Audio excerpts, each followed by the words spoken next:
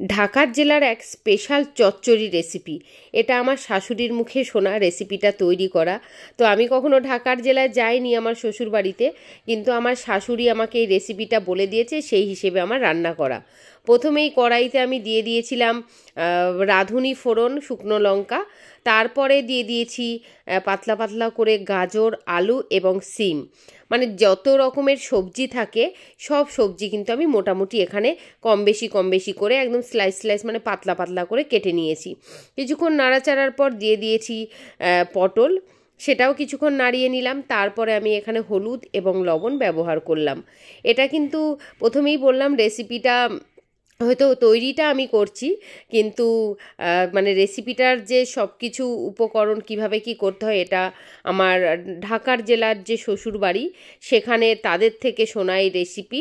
আমার শাশুড়ি আগে করতো, এখন আমাকে বলেছে।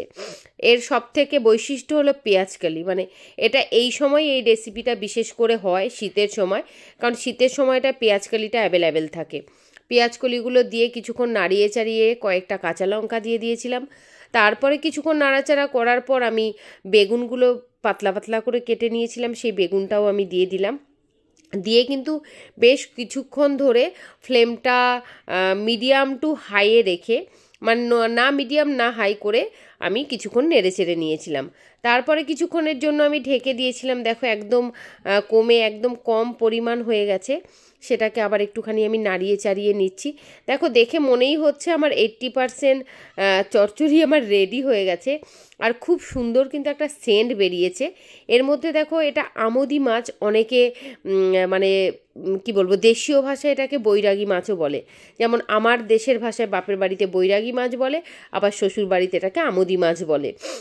তো যাই হোক, সেন্টটা কিন্তু দুর্দান্ত। এতে কিন্তু এক্সট্রা করে কোনো মশলা যোগ করার দরকার নেই। এটা খেতে এত ভালো লাগে। এটা আমি শাশুড়ির হাতে প্রথম খেয়েছিলাম, খুব ভালো লেগেছিল।